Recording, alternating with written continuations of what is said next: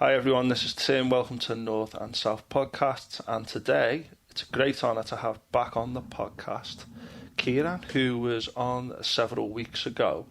And we had a fantastic, in-depth discussion about life, its meaning, spiritual breakthroughs, a history of trauma, and about making yourself a better person.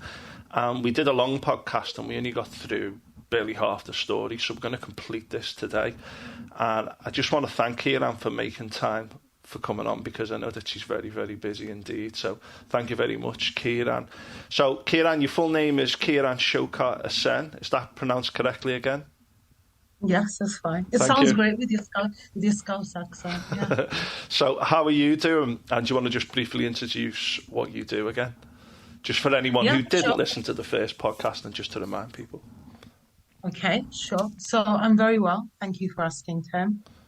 So what do I do? So I am a transcendental therapist. Transcendence means to overcome. So I teach people how to overcome their perceived or their real negative experiences. I say perceived because, the mind is a very tricky thing. Some people can go through an experience, and especially when we're younger, and you can feel that certain things are done to you when in fact it wasn't the case at all. So that's why I say perceived. That doesn't mean it's wrong or right, by the way, just to anybody who's listening. So what I do is basically I specialize in helping people access their own inner power, teaching them what it is to be powerful. And so I specialize in things, mental and emotional health. I teach people how to heal their depression, suicidal thoughts, anything that is mental and emotional, which is stopping that particular person from living the life that they want to live. And it could be affecting their work, their relationships, their everyday general life as well. But I come at it from a very unique perspective, as you're aware. So I come at it from a spiritual perspective. And there's a lot of misunderstanding around that. So yeah, but that in essence is what I do. I help people with their lives and accessing what they want. That's a good summary. And just to summarise the previous episode, which I think we did about 6 weeks ago now, do recommend people listen to that to find out where Kiran's come from. We're going to talk more about what she's doing now and in recent years. But basically, to summarise the last episode, Kiran, you had a spiritual awakening as young as the age of 2. You've got a history of emotional, physical and sexual abuse and trauma. You've run away from home several times. You've had further spiritual experiences in relation to God and a higher power. There's been suicide attempts. You've had issues with well-being and mental health, problems with addiction. And you then did 6 weeks of talking therapy that helped you to make a breakthrough. And since then, you've become your own therapist. You went on a spiritual pilgrimage to Australia to undo previous conditioning. And you learned that you were a very good public speaker and someone who could really communicate well with others when you were doing a talk in Liverpool.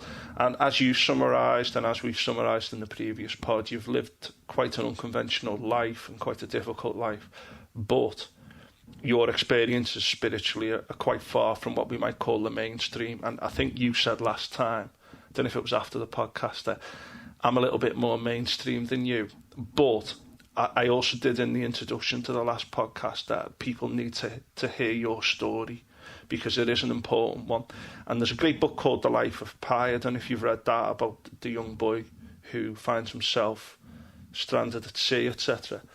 And there's parts of that where you think, is this guy really expecting people to believe that these kinds of things happen to him?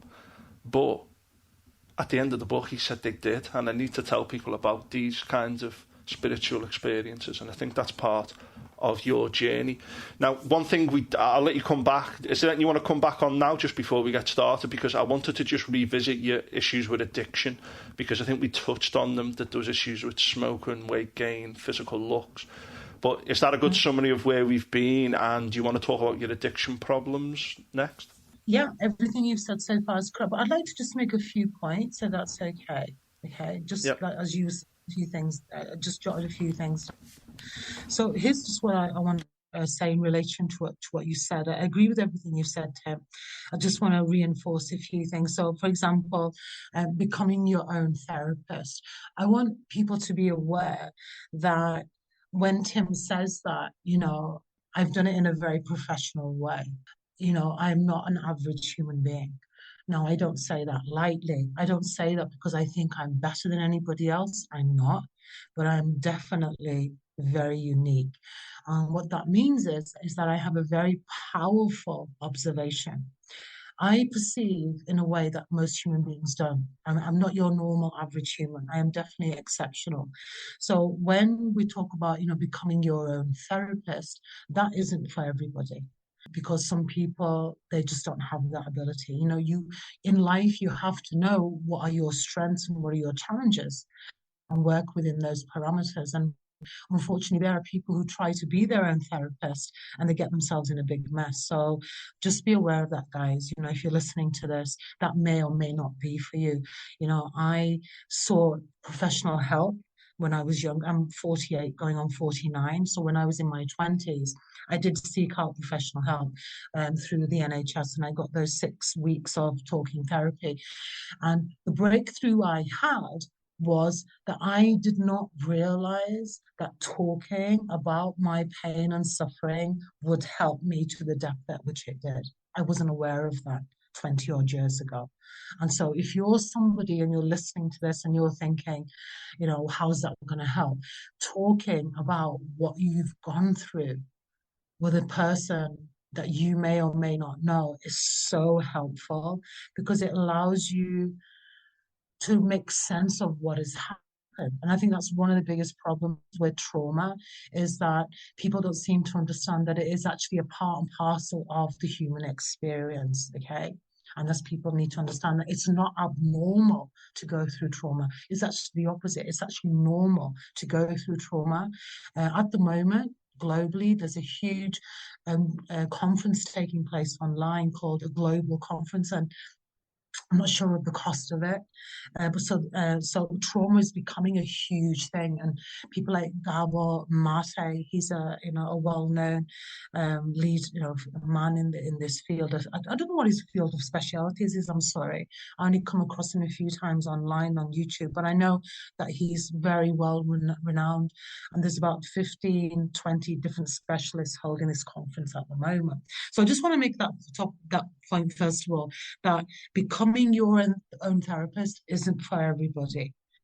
And if it's not for you, don't be disheartened. All it means is that you're not ready to take on that role yet, and that you should go and seek professional help, whether it be a psychologist, a counselor, an alternative therapist, or somebody qualified.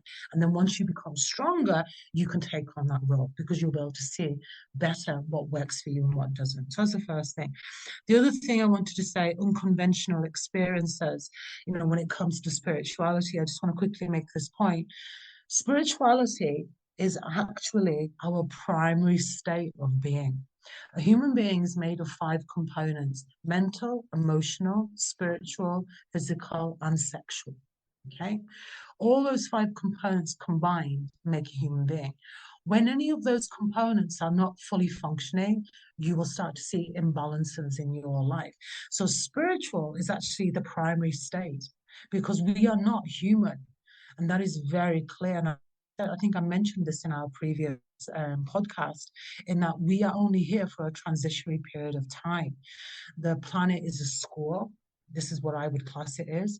We all come here, each and every one of us, to learn our life lessons. And we really suffer when we don't know what those lessons are, when we don't learn those lessons, because it then has a gap in and how your mind and your emotions function. And then later in life, this is where people actually become unstuck.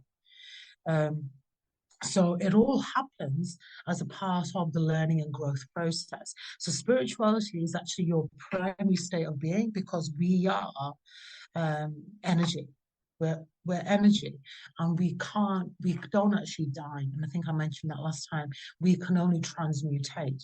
So we come here as in each of our bodies is an energy construct. And when that energy construct is finished, the body remains and the energy construct leaves and it goes back to where it's come from. So I want people to be aware of that, that being human is not your primary state. Being energetic, spiritual is actually your primary state. And if you actually, this is why more and more human beings are having spiritual awakenings. It's more reason why more and more people are beginning to explore spirituality, because for the longest time, I think a lot of people have felt that there's something other, but they just can't put their finger on what it actually is. And it has with them all their lives.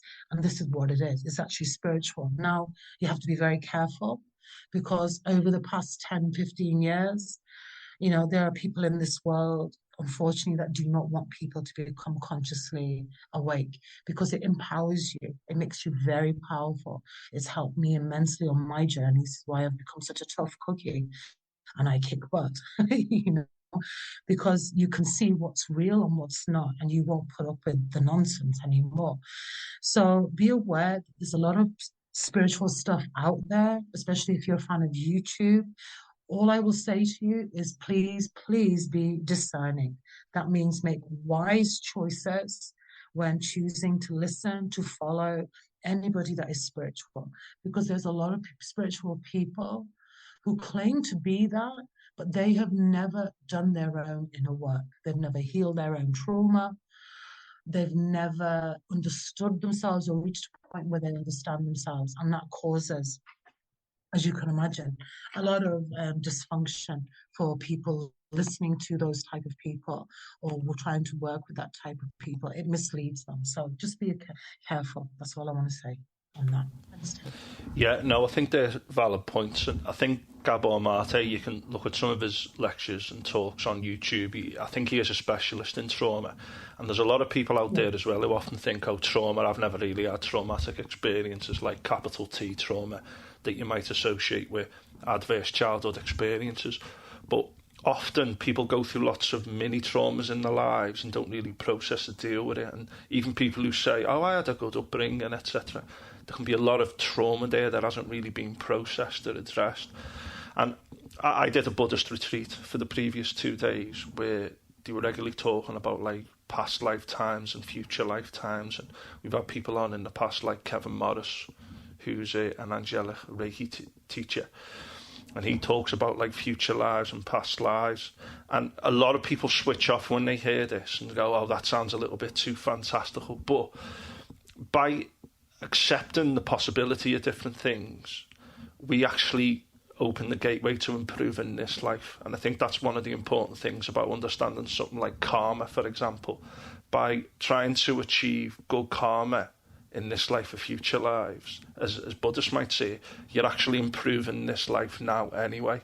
And that's why spiritual awakenings, or whatever you might want to call them, breakthroughs. I've known people who've had terrible relationships with close family members, and then one day they just go, I need to change this. And they just change, and all of a sudden the dynamic changes. And you can make these breakthroughs really on a daily basis if you look for them and if you're willing to do the work, as you said. And you're absolutely right about this idea of like doing your own research on YouTube. You've got to be very careful. But the idea of personal development, spiritual development, for example, like CBT, cognitive behaviour therapy, is once you learn the processes, you then apply them to yourself. And you become more enlightened and become a better person because you internalise these things. And I thought you put that really, really well. Now, your issues with addiction in the past, do you want to talk to us about what those issues were, how they manifested, and how bad a time that was for you? We did touch on this in the previous episode. So do you want to discuss those in a bit more detail? When you've gone through the level of abuse that I went through, which was very intense. And having said that, I mean, there's a lot of people on this planet who have had it, and who at the moment have it way worse than I ever did. And I always say to my clients, look, you're going to always be sitting in life somewhere. You'll always be sitting in the middle. There'll always be people who are better off than you in all different variety of ways, and there'll always be people that are way worse off than you. Okay, and so when I went through my trauma, so just for those of you who are new and don't know my story. So I grew up in a family where I was the eldest child. I was born into a family where my father came from immense trauma. He was physically abused immensely by his father, which is my paternal grandfather. And my mother also came through a lot of trauma as well. So I had two parents who were carrying heavy trauma. Now, they both belong to, a time in history. They're both in their, early 70s, mid 70s. A lot of parents, elderly people of that age, come from a background where they've never dealt with their trauma because it wasn't a thing when they were a kid.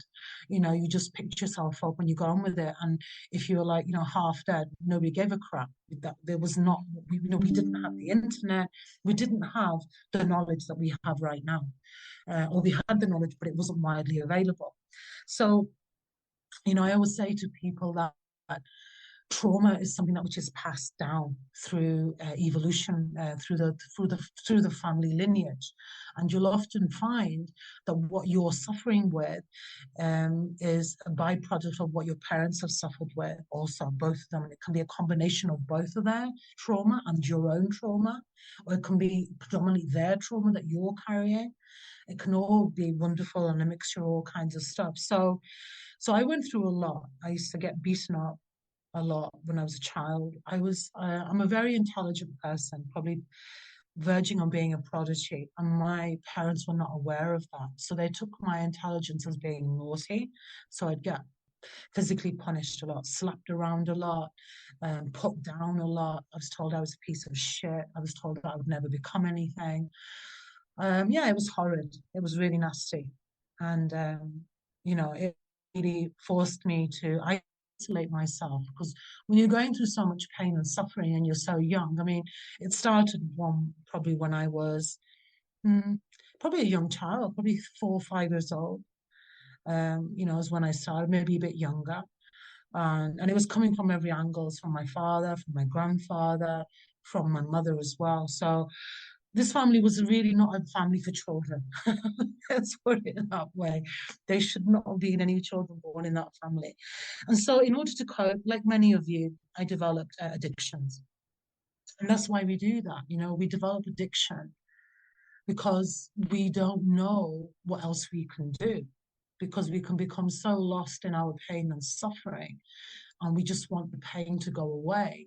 We don't realize, I mean, I didn't when I was younger. I mean, I'm talking about now, I'm 14, almost 49 now. So I'm talking about my late teens, 20s, and my 30s, especially before my 30s. I didn't realize that, you can heal your pain and suffering. So what I used to do was I used to self-medicate where, I started smoking when I was 16 at school. I went to Notre Dame High School, and some of you Scousers will know that. And so, it was all fun and games in a lot of ways. But I remember having my first cigarette, in sagging off class and behind the sports hall, smoking cigarettes and nearly choking to death. And all my friends, like, laughing their heads off at me. And then as I started to get older, the first time I went to a nightclub was when I was probably in my early 20s because my parents were very strict.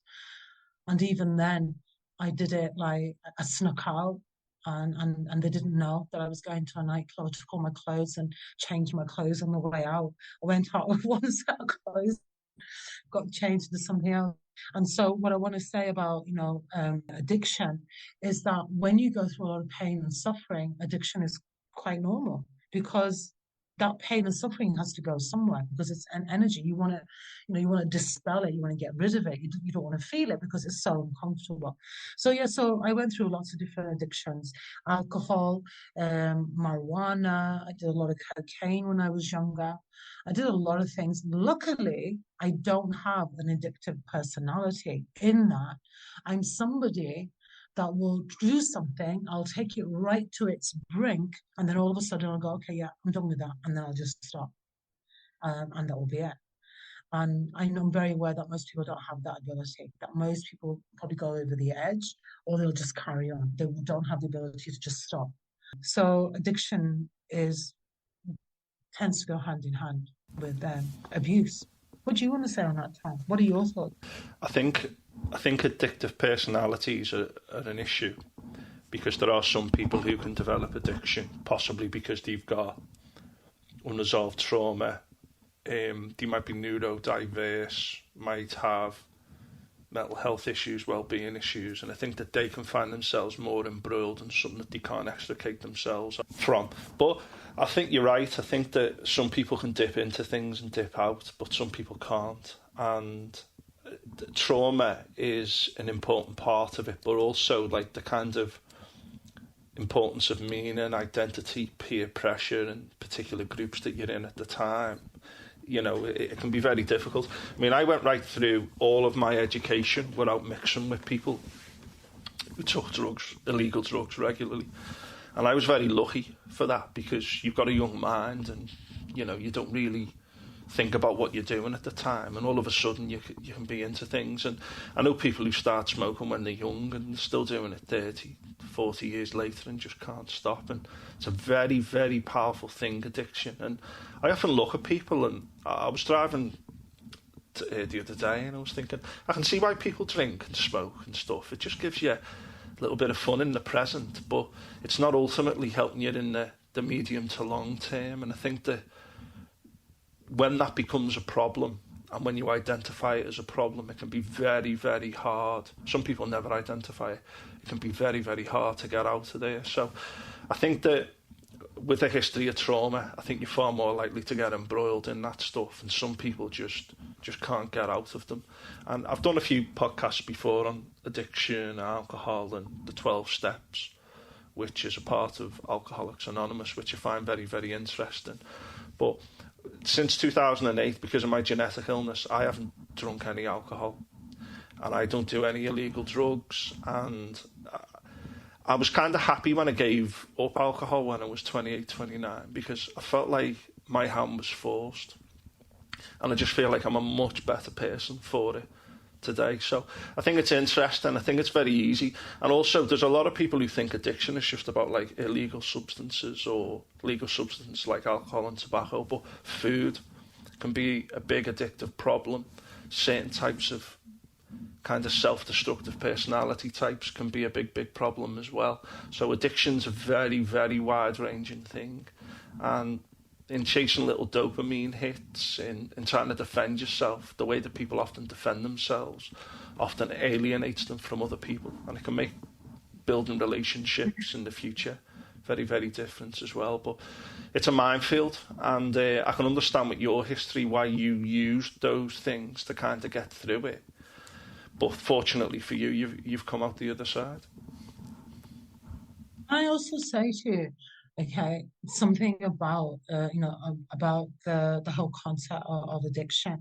The reason why I personally learned, that people go into addiction is because in this reality, when we're born in this reality, nobody tells you, no parent, no teacher, no friend, nobody tells you what is the purpose of human life, how to live it, how to excel as being a human. It's not talked about, and it should be, and especially in schools. And it's not, because and there's a reason for that. When you don't understand what it is to be human, when you don't understand how the whole thing works, why you're here, and the fact that it is guaranteed for every human being that comes here, you are going to go through challenges, because you're here to learn.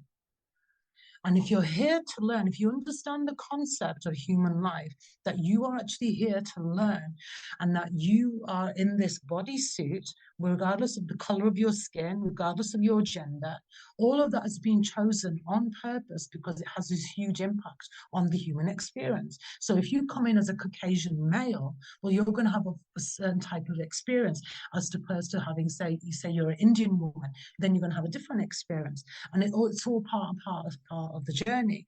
And so from my personal experience, what I see with addiction is people turn to things, and it can be anything, rightly said, Tim. It can be food, it can be sex, it can be exercise, it can be anything. It doesn't have to be something negative. And normally how I would class addiction is something that a human being uses to avoid actually looking at themselves and what is actually the issue. That's the core of addiction. And for whatever reason, you may not want to look at the issue because you are not ready to look at it. Because it takes time. You've got to be in the right frame of mind to look at your pain and suffering. It's not something you just do because one day you think, oh, yeah, come on, I'll do that then. You've got to, because it's tough. It's not easy. So sometimes you're not ready to look at, your pain and suffering. The other reason why people go into addiction, it's too much. It's overbearing. They can't deal with the pain. They just want the pain to go away. And I can totally relate to that. Another reason is because they don't know what to do. They actually don't know what's wrong with them. They don't know that they have trauma. All they know is that something's really shit and it's horrendous and it's getting worse and they just want it to go away.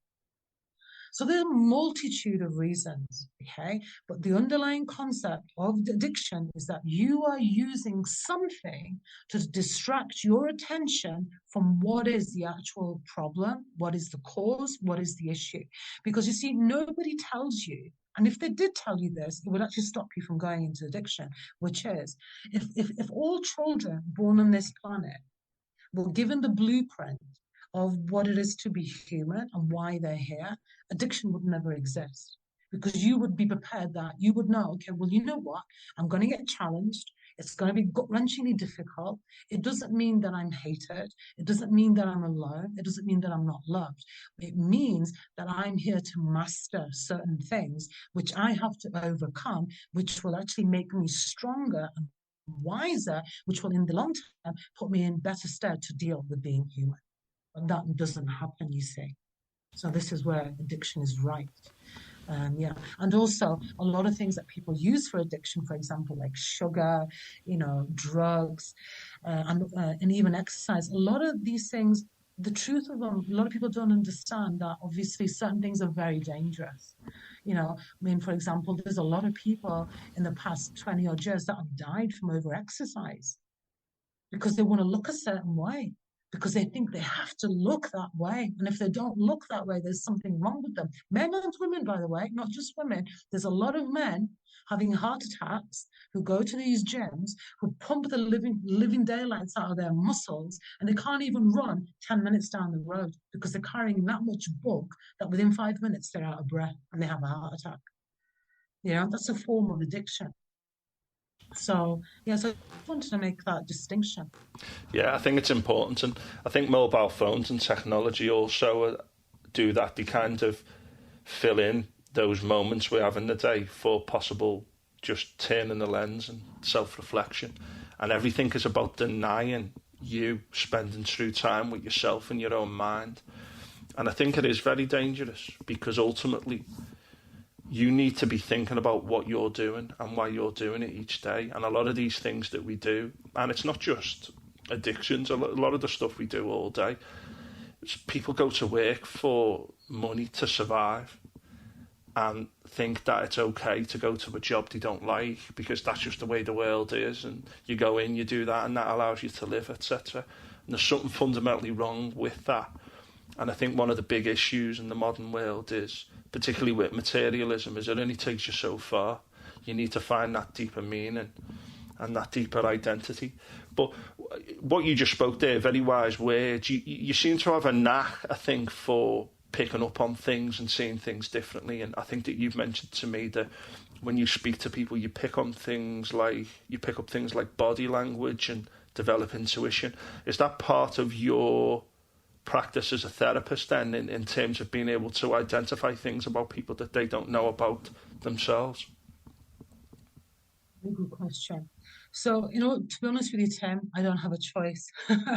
It's a gift that I was born with. So I became aware of this. It's very powerful. So I have this very, very intense, powerful observation ability. So when I look at a human being, it's not something I can switch on or switch off. It's there since I was born. I've had to learn to use it properly because it was driving me insane when I was a young child. It was too intense. So basically, what I can do is this. When I look at a human being, I observe them. And when I observe them, I can see, like, for example, one of my favorite things to do, I don't do it so much at the moment because I'm so busy with work and stuff, with helping people. But I used to go out a lot and just sit on a bench, and I'll just sit there and I'll just watch people. And when I watch them, I can see by just observing the person, I will see what is going on in their mind. So I will see all the things that they're aware of, that they know, that they do. And then I will also see all the things that they are not aware of. They don't know that they do it. They don't know that they're thinking it, and they don't know that they're behaving it. And I will watch it. Okay. And when I talk to people, I observe everything and everyone like a hawk. So when I talk to somebody, I'll know straight away if they're lying, if they're withholding information, if they're pretending to be something they're not, if they're not wanting to talk about something, if they're trying to hide something, if they're comfortable, if they're genuine, all of it. I'll see it all. And so I have to say to my clients, don't lie to me. There's no point, because I will know that you're lying. And I came across something the other day, actually, very interesting. I read something called super empath, and apparently this is what super empaths do. I mean, I don't know. I don't give it a label as such. I was definitely given that for a reason, and it comes with a lot of responsibility, because often I see right into, I mean, if I want to, if I'm honest, I can read the mind of a person if I want to. I just don't do it because I don't feel that's my place to intrude on another human in that way. But when I'm working with my clients, I often have very powerful glimpses of what's going on in that person's mind. And so I see both their conscious behavior and their subconscious behavior. I see all their light, I see all their darkness, I see all their strengths and what they're challenged by. And so I see their blind side. And so this was definitely given to me to do what I'm doing, because it's invaluable. I mean, I've got to say it's very challenging because I can't switch it off. And I've had to learn to hone it and use it wisely. Because when I was younger, in the first 20 odd years of my life, I wish to God that I didn't have it. Because when you see what I see, you can't unsee it, and what it's made me do is I've become very, very picky and choosy in who I choose to be around. So obviously, I am very selective with who are my friends. I'm very selective because I read people. I mean, I am a psychopath's and a narcissist's nightmare because I see them a mile away. They can't hide from me, you see. And so when I meet people like that and they try to manipulate me or do anything, I just call them out. It's straight away, and you should see their eyes like nearly pop out of their skulls. It's quite funny. But I've never ever used it in a bad way because I could. If I wanted, I always say to my friends, gee, I would have made an amazing villain. I would have made an amazing super villain. But luckily, I'm a good soul. I'm here to help people. So I don't use my skills to cause, anything but help. Yeah.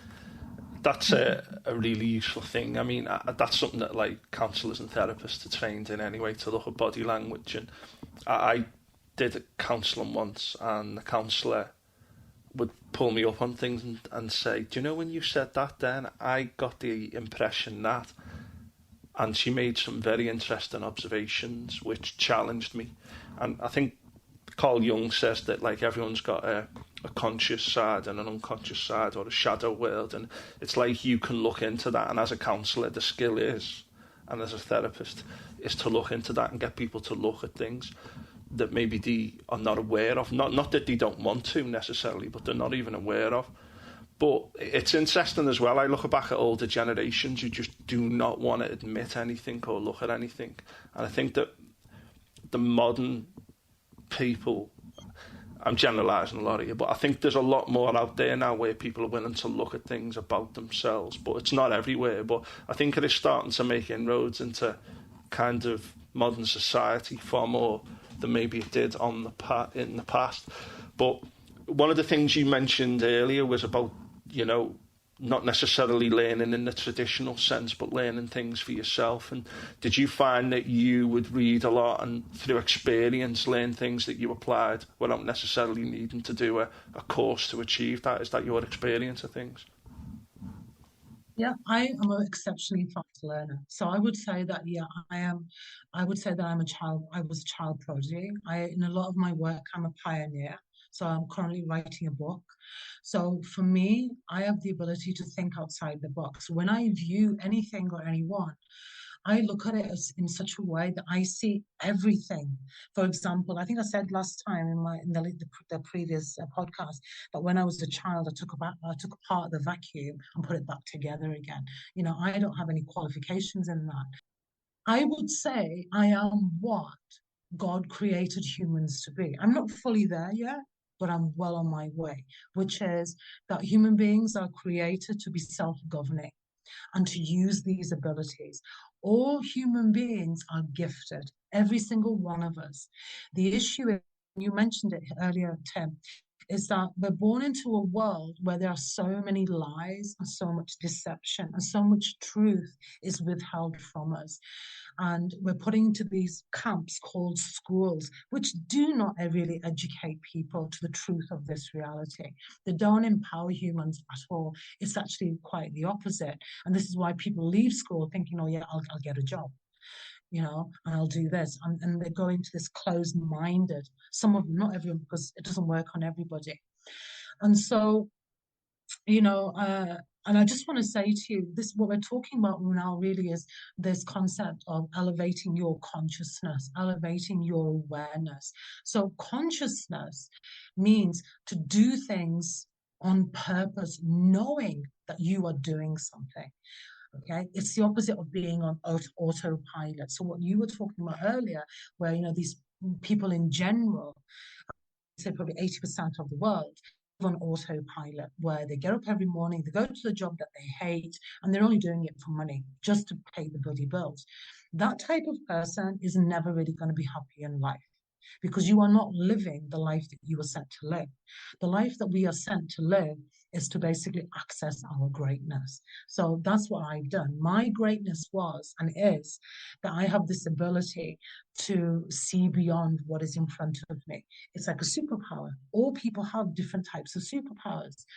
And what I chose to do was, it was very apparent that I was very gifted, very intelligent. At the moment, I have two businesses. I'm in the process of creating two more. I'm doing a lot of things. I think what I was saying was I'm very motivated to help humanity. And the reason for that is because of what I see. Since I am a young child, since I'm 2 years old, what I have seen on this planet is absolutely horrendous. It's shocking, the level of suffering that exists. It's not normal. People, when I look at, I'm almost 50. And when I look at the world, we are not moving forward as a species. We are not evolving in the way that we should be. If you look at like 50, 100 years ago, people were far more mentally and emotionally involved than what we are right now. Really, they were. And it's very scary, especially the younger generations, how they lack the ability to have empathy, sympathy, compassion, self-understanding, understanding of other people. One of the things I really specialize in is emotional intelligence. And most human beings don't have it. Emotional intelligence is the understanding, and there's three components to this, because a lot of therapists even get this wrong. And these are qualified psychologists who don't even know this stuff. So for example, there are three parts to emotional intelligence. The first is how you view yourself, how you interact with yourself. Most human beings never ever create a relationship with themselves. And yet, the relationship with yourself is the most important relationship you're ever going to have. It's more important than the one with your parents, with your friends, with your children, and with your partners, because this life is about you and how you're navigating through it. That's it. That's all it's about. And so that's the first aspect. The second aspect of emotional intelligence is how you interact with other people, how you impact them. Are you aware of what they're feeling when you're communicating them? Are they comfortable around you? Because most people they're very good at understanding themselves and what they need, but they're bloody crap at understanding what their partner needs or what their children need or what their friends need. People are just oblivious, okay? But they can be very good at being self-aware, but they're not aware of other people and how they impact others. So that's the second part of emotional intelligence. And the third is how you interact with your environment. Now, most people don't even know that about emotional intelligence. Okay, and that's quite a powerful cornerstone of my work. So we were also talking about consciousness, consciousness, elevating your consciousness.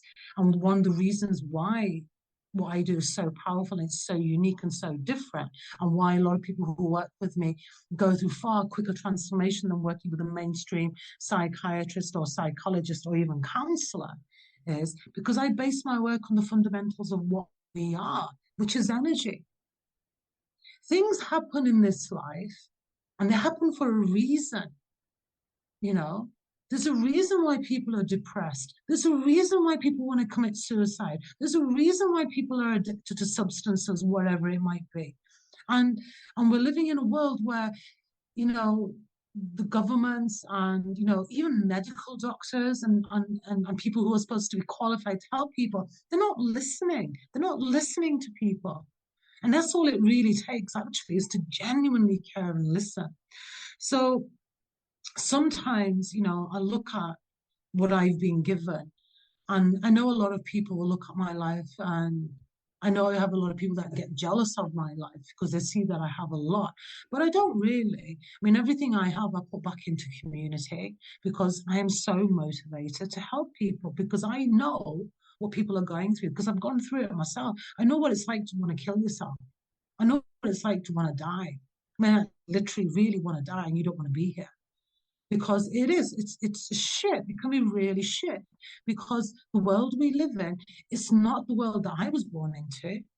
And I know it's not the world that most people are born into. It's changed so much. And this is why, since COVID as well, we've had so many people, suicide rates are going through the roof globally. Mental and emotional health rates are going through the roof globally. A lot of people have not got back out into society. There's a lot of people like that are still very comfortable with their feet under the table at home and they're not going out. And that's not good, because we were created, as you know, Tim, to be social beings. Yeah. So, yeah. Yeah, I think that's important. I think the COVID pandemic and the way that it was dealt with, obviously there's big lessons to be learned from these things, and it's very difficult at the time to know what to do and to be fully appraised of the situation. But I think COVID is going to be a little bit like what it must have been like after World War II, or maybe what it was like after the Black Death, which obviously far more people died during the Black Death. And maybe after the English Civil War, when things just went haywire for a bit. And I think we're in one of these things, but we've also got all this modern technology and social media, etc. And, you can say what you like about the past. I'm not defending it. I wouldn't have liked to have been a medieval peasant, but there was a bit of certainty about what you were doing. And I think that uncertainty in the modern era, it's good in some ways that there's new opportunities available, but at the same time there's a lot of anxiety about things, and I think COVID exposed a lot of these long-term themes. Now, just going back to what you said, you've been on a journey for 15 years, a transformational journey, a true transformational journey in that time. You spoke in the last podcast about wanting to apply God's teachings, that we're all on a spiritual journey, and you talked about transitioning to a better form of human.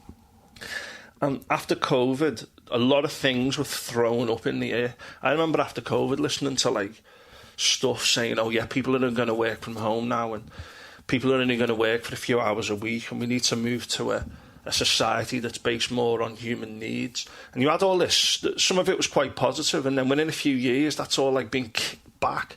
Oh no, we need to get back to the way it was. And it's like we don't really know where we are and where we're going. And I think that goes back to the idea of what you said, why are we here, what are we doing? And I always think back at the great book by Frankl about World War II. He survived the concentration camps, and afterwards he came up with a theory called logotherapy, and he said you need to find your purpose in life and you need to pursue it. That will give you the meaning to be the person that you can be. And I had Mark McDermott on earlier in the year, who's an NLP practitioner, and he says people need to say to themselves, what were you put on earth to do? Like, what's going on? What are you doing? Why are you living this life now? And it's such an important question, and we don't address it. Now, you talk about God. We talked about your idea of God as a non-traditional thing, but something that you've connected with, this idea of a higher power. So this idea of the transition to a better form of human and the spiritual journey, what does that mean for you? Is there anything new that you want to add that you haven't previously mentioned? Well, look, it's a birthright. This is what Jesus came here to bloody do. And it really pisses me off. You know, religious people, sorry guys, if you're a religious person, I hope I don't offend you. But I've got to say, a lot of religious people are very, very closed-minded. Okay? Jesus did not come to this planet to be worshipped. That man was a revolutionary, and there's been millions of us before him and after him. He's not the only one. And, you know, and the people of that day have jumped on that bandwagon because a lot of people have made a lot of money on this man's name. Let's get honest, okay? He didn't come here to be a bloody leader of the Christian church. He came here to kick people's butts and tell them the truth, which is that you are powerful beings. You are not the small me that you put yourself into, most of you. You're not. You are a very powerful being. Now, the reason why you never get to that, why you never access it, is because no one tells you that. Your mum and dad don't tell you. Your school doesn't definitely tell you. And so you never go through life really understanding what it is to be human. And so this is another cornerstone of the work that I do. So, you know, when you don't understand what it is to be human, then you can never reach your greatness. And let's be honest, most people would rather die than access their greatness. I'm more afraid of their greatness than anything else. And I've got to say, I was exactly the same. You know, when I was younger, the last thing I wanted to do was stand in front of a group of people and give a talk about what I now talk about. I couldn't think of anything worse. I'd rather bloody have the floor, you know, open up and swallow me up. Now you can't shut me up, because now I realize, because I'm older and wiser and I've accumulated wisdom and common sense, because I learn from my life lessons, every one of them, sometimes quickly, sometimes not so quickly, but I learn them and never not learn them. And what I've learned is that everybody's got a gift. Some people have more than one, and only you can express it, because only you have lived your life. Only you have those pearls of wisdom. So, for example, there's never been a Tim before you that's like you. And when you die, when you leave this planet, there's never going to be another Tim ever again. In the whole history of the universe, no matter how long this universe exists, there will never be another one.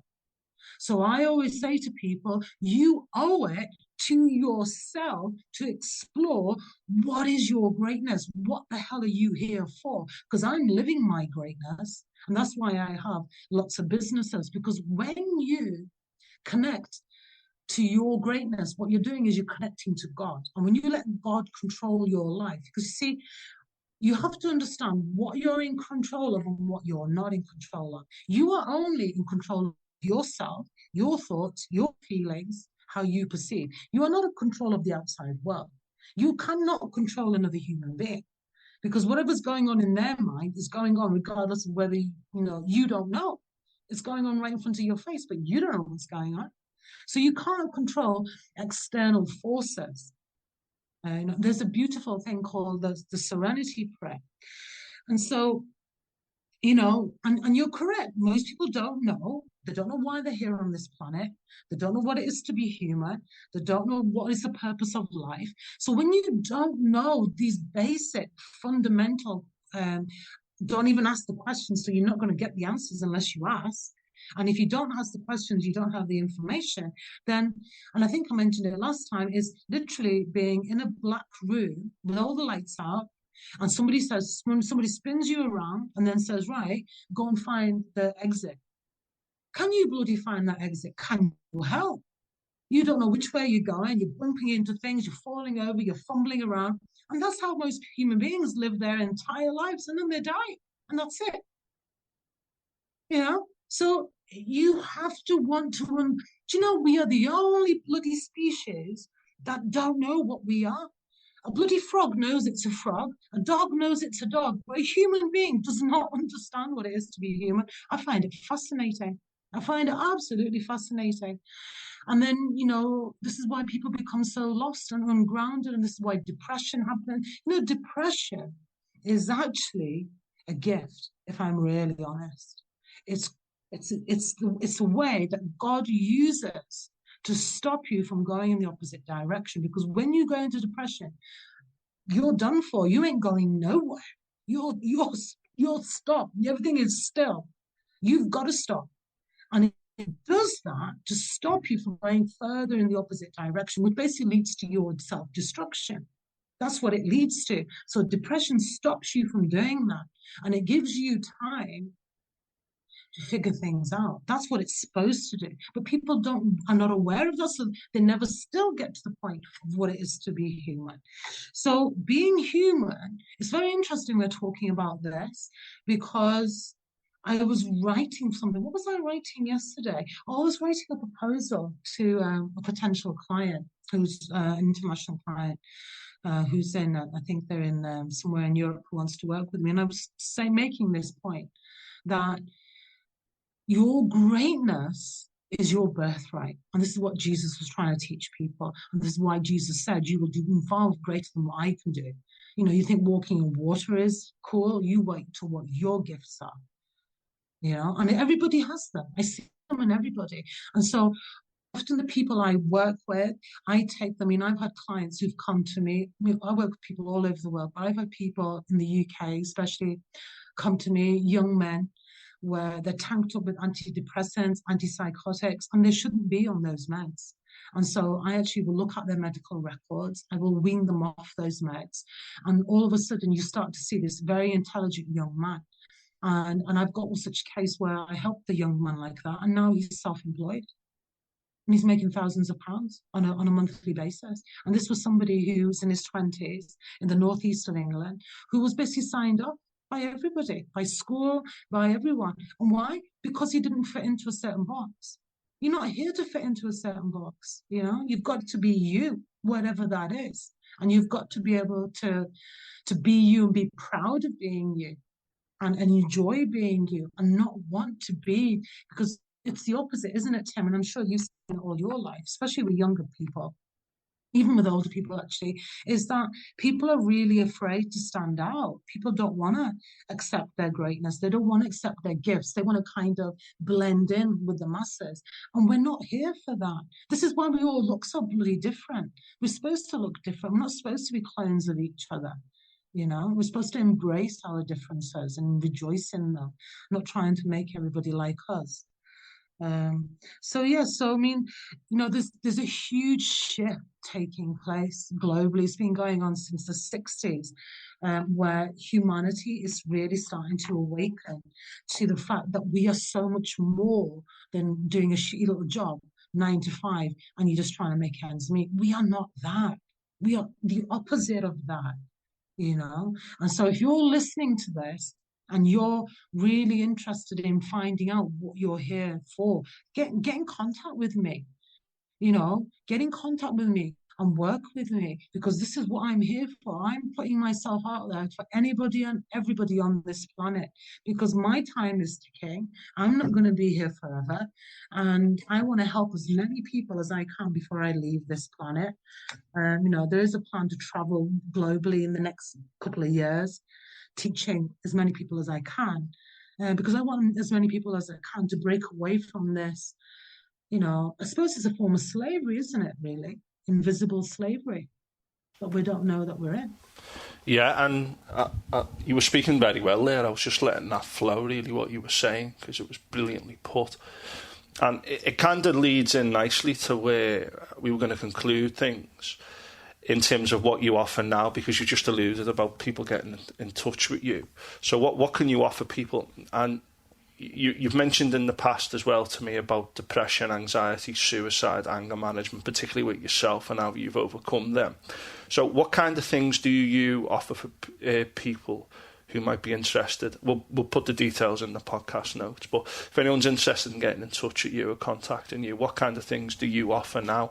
And to those who don't, what kind of ideas would you recommend for people to look at themselves further? Okay, so first of all, I want to make a very important statement around spirituality and mental health. Spirituality is not for people, and this is very controversial what I'm going to say, because a lot of spiritual teachers are going to get very annoyed with me, but it's true. I will be honest. Spirituality is not really for people who have issues with mental and emotional health. It's not, and here's why.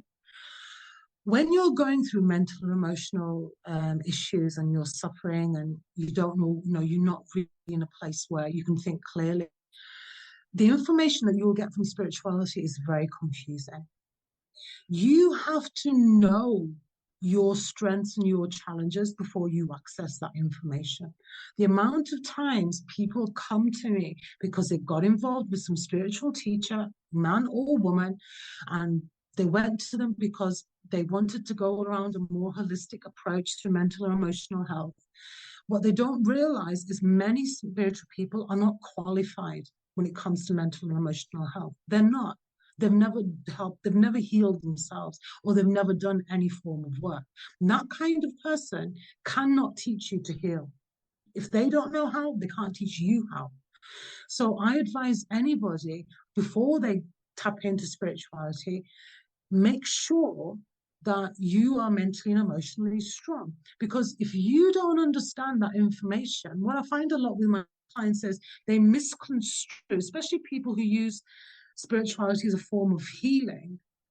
Okay, what happens is their mind is not working in a balanced and healthy way. That's why they're going through either depression or anxiety or whatever the mental emotional, disorder is. Okay, there's something's happened that's put you out of whack. That's put you out of balance.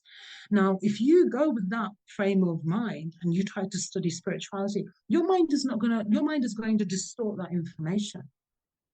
And so, for example, I'll give you an example.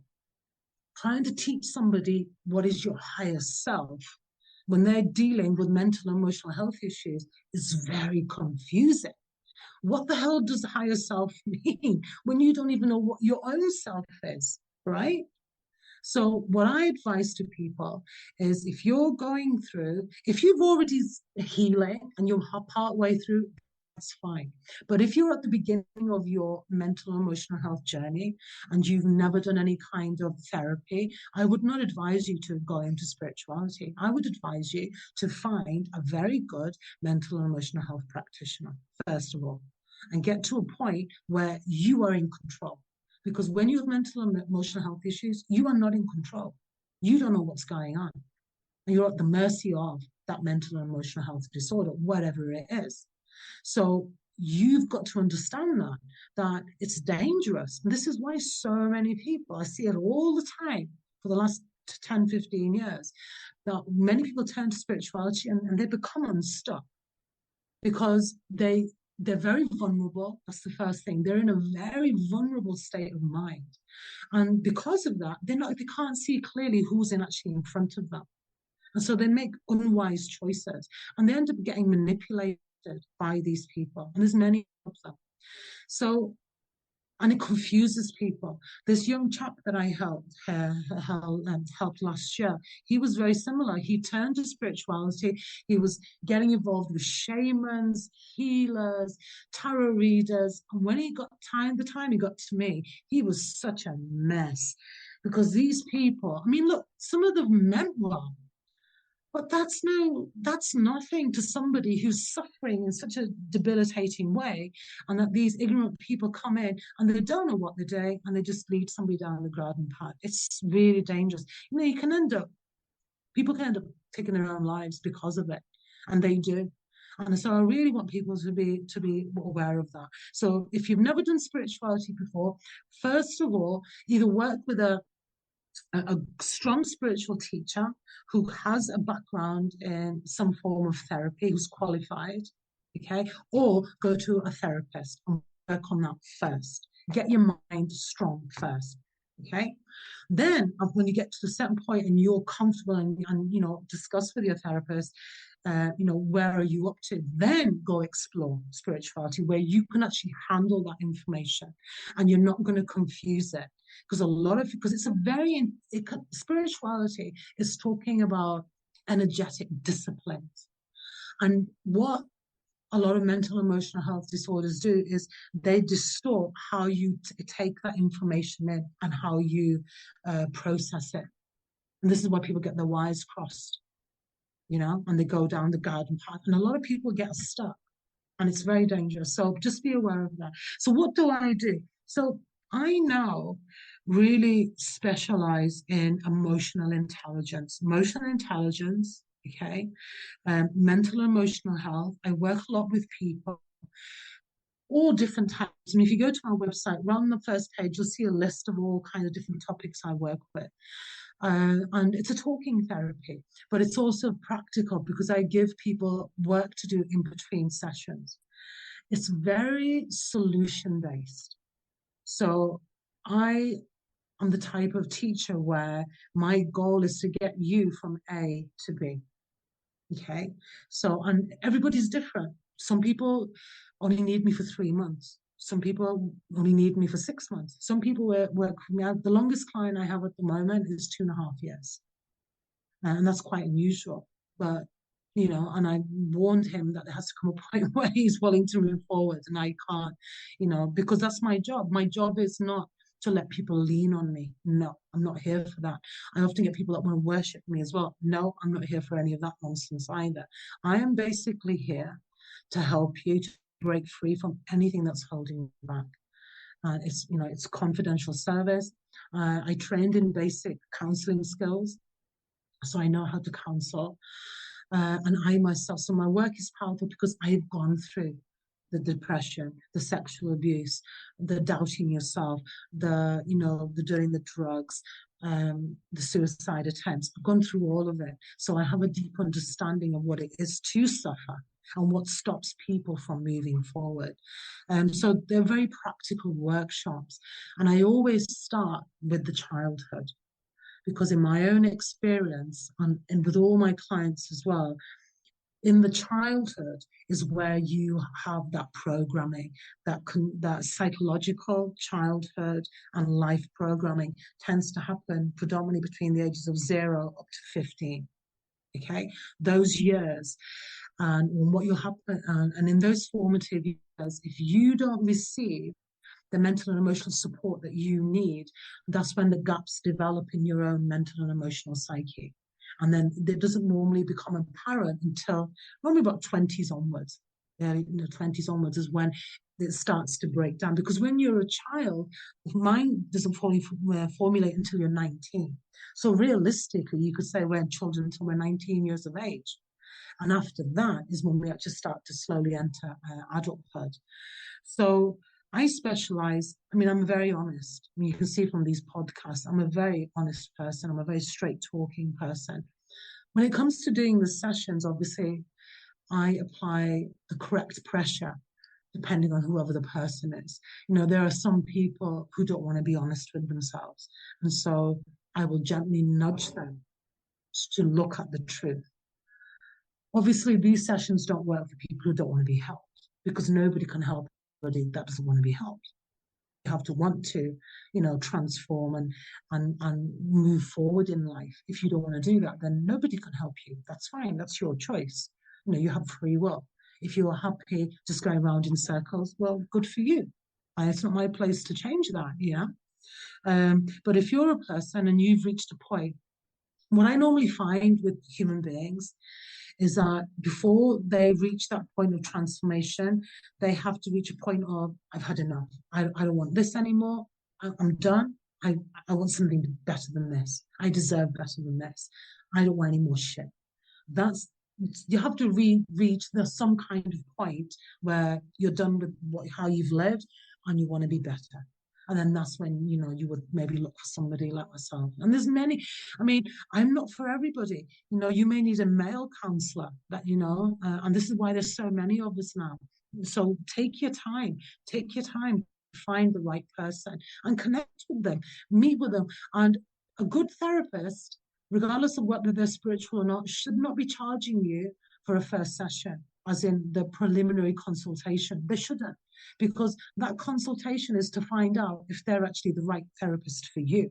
And you should go into those meetings with a long list of questions that you want to ask. And you should ask anything and everything that you want to. Don't be afraid to ask.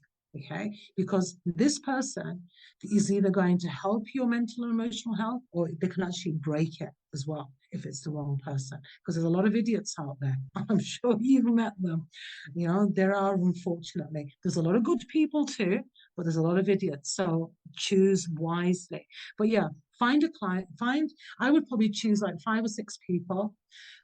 Call them, get online, and you want to see them. Don't just do it on the phone. You want to look at their face. You want to see their expressions. Are they listening to you when you're asking them questions? All that stuff. And it should be at least 30 minutes or so, and you shouldn't pay for it. You shouldn't need to pay for it. And you'll know, and that counsel will know if you're right for each other. There has to be a synergy between the two of you. Yeah, that's very important, because you're going to be talking about very deep and powerful stuff, right? I mean, what do you think, Tim? Would you agree with that? Yeah, absolutely. I've done counselling 4 times, and I've paid for one of them. And actually, I've paid for 2 of them. I've done kind of 4 cycles. And I've done a basic counselling course online as well. And I think it's very, very important that you feel confident to talk to the person, that you work out how they are. Usually after the first session, you'll have a good feeling of where you're going with that person. And I think that that's really important. And most importantly, the fact that you're going for counselling, the fact that you've made that decision to go is really important. But the way you feel after 1 or 2 sessions, that is really important as well. I know quite a few people who've given up because they said they weren't getting anything from it and the counsellor wasn't very good. I said, well, what did you do next? But generally speaking... Sorry, can I just interrupt there? If that happens to people, okay, can I please just make this point? Sorry, Tim, to interrupt you. I just want to say, don't give up. All it means is that person's not the right one for you. It doesn't mean that you can't be helped, because people, unfortunately, when you're going through that trauma and then you go to a counsellor and you see they're an idiot, it's off-putting, and you think that you can't be helped and no one can help you. It's not true. It's an illusion. That's your trauma trying to keep you isolated and stopping you from moving forward. Don't fall for it. It's just a sign that that particular person was not the right counselor for you. Don't give up. Keep looking, and sit down and think and make a list. For example, put the word counselor. Do you prefer to work with a man or a woman? Let's get that off the bat, because that's going to affect, personally, me as a woman, I'd probably work with a woman. Okay, that's just me. So it doesn't matter. It's what works for you. It doesn't matter what anybody else thinks. You've got to think about what's going to work for you. So the gender of the person. Then you might want to look at what type of therapy, because there's so many different therapies. Then you might want to look at the person's experience. Now, some therapists, some psychologists, psychiatrists, counselors, they haven't gone through a lot in their own lives. They haven't. They've only done it by going to university. So for some people that works. It doesn't mean that they're not a good counsellor. It doesn't mean any of that. But then there are other counsellors who aren't as qualified, but they've gone through a lot themselves. So you've got to understand, what type of person do you want to be with? Is it somebody that you want more? For example, I would say myself personally, I'm qualified, but I haven't gone to master's degree and PhDs and all this bullshit. I was going to do that, but God very clearly made it known that no, you're to remain authentic. You're to do it in this way, because the common person, the average person, they don't need all that shit. They just need somebody who gets it. and who genuinely cares. And that's another thing you want to look out for, somebody who genuinely cares, because there's some idiots out there who are only interested in the money. And I did a session a couple of weeks ago here in the Canaries, and I called out these fools, and I said to them, anybody working in a caring profession who's doing it for the bloody money, can you do the world a favor and leave? Go and do what it is that you really want to do, because being a care profession is not it. And you know it, and I know it. Get out of that job and give that job, and let somebody who genuinely cares be in that role. Because I'm sure you're all aware of the doctors, the nurses, the counselors who don't give a shit. They make your life a living hell, and we don't need it. So please, please, please take your time. Don't give up, okay? It does work. I'm living proof that it works. Tim is living proof that it works. You know, talking therapy, counseling, and there's so many different forms of therapy. It does help you. And once you go through it, then when you get to the other side of it, you can start becoming your own therapist, because then you can start looking at and exploring different modalities. There's art therapy, there's music therapy, oh man, there's swimming therapy. There's even therapy with horses, especially in Liverpool. There's an amazing place in Liverpool, actually. I'll have to look for the name for it, and I'll email it to you, Tim. There's an amazing charity in Liverpool, an amazing woman who uses abandoned horses. She gives them homes, and you can go there, and she works with people with mental and emotional health issues. She's amazing. I'll get in contact with her. She'd be a good one for you to have on your show. I'll find out, because it's years ago, because I don't live in Liverpool anymore. It's quite a while ago, but I'll find her. She does amazing work. That sounds really interesting. I mean, the counsellors I've seen, very quickly you establish your rapport, and the ones that were free, like beggars can't be choosers, to a degree. You can actually say, I think I want to see someone else if you want to. But I went in with a few ideas of what I wanted to discuss, and everything was on the table. And so when I went in there, I was like, right, I want to get better. And you very quickly establish that rapport. And, you know, I've said as well, I think I mentioned this on the last one, people talk about costs, etc.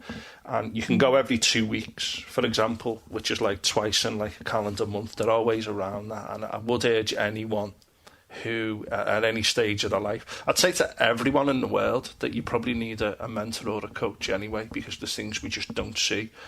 And it's really turned my life around, my experiences of counselling and coaching. And also I've studied a bit of coaching and mentoring when I did a master's. I found that quite interesting. That was to do with working with people in education. But it is really interesting, and get inquisitive. And if you want to get better, A, acknowledge it, and B, do something about it, and never, ever, ever give up. There are people out there who can help, and there are things out there that can help you as well, but you do need to be wary. Kiran, I feel like I could speak to you for 1,000 years and we still wouldn't get there. But I think we're pretty much coming up on 90 minutes, so we'll leave it there. We have discussed other potential topics in the future, which we might come back to, like a particular issue to look at in detail. But I think your kind of autobiography fitted in with your kind of views on things. And, I mean, we've covered so much. I think it's a very good, in-depth discussion about so many things. And this idea of never giving up on finding your place in the world, I think it's something that, you know, we should constantly be striving for, and we should not give up on, and we shouldn't lose that in all the flotsam and jetsam of the modern world. So thanks so much for coming on. You're a real inspiration, but the way you put things and the way you speak, it's very, very insightful, and I've really enjoyed listening to you. I've learned a lot from you, and I know a bit about some of these things. But we'll put your details in the podcast notes. Thanks for giving up so much of your time. Best of luck for the future, and I hope to work with you again in the future and have you on talking about other things. So is there anything you want to say just before we finish? Thank you, Tim. I love talking with you. It's really interesting. I love your insight. I think it's very valuable. And thank you for everybody who's listening. And I really hope that these podcasts are helping people out there, and that they're inspiring you. That's the point of them. So good luck to everybody. All the best to everyone. Thank you. Thank you, everyone, for listening, and I will speak to you soon. Cheers.